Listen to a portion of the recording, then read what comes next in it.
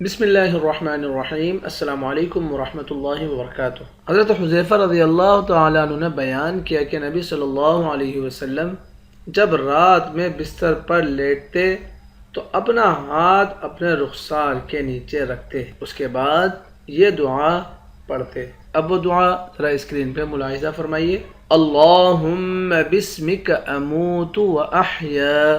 کیا دعا ہے میرے بھائیوں؟ اللہم بسمک اموت و احیا۔ آپ بھی ایک مرتبہ اس دعا کو پڑھ لیں۔ اب اس کا ترجمہ ملاحظہ فرمائیے۔ اے اللہ، تیرے نام کے ساتھ مرتا ہوں یعنی سوتا ہوں، اور زندہ ہوتا ہوں یعنی جاگتا ہوں۔ حدیث کا حوالہ نیچے موجود ہے۔ بخاری شریف میں بھی یہ حدیث ہے، ترمذی شریف میں بھی ہے، ابن ماجہ میں بھی ہے، ابو داؤد شریف میں بھی ہے، اور مشکات شریف میں بھی ہے، یعنی 1 2 3 4 5 کتابوں کا حوالہ یہاں موجود ہے۔ تو رات کو سونے سے پہلے اہتمام کے ساتھ جب بستر پہ لیٹیں تو بستر کو ایک دفعہ جھاڑ کر پھر یہ دعا پڑھ لیں، تو انشاءاللہ تعالی ہمارا سونا بھی عبادت بن جائے گا۔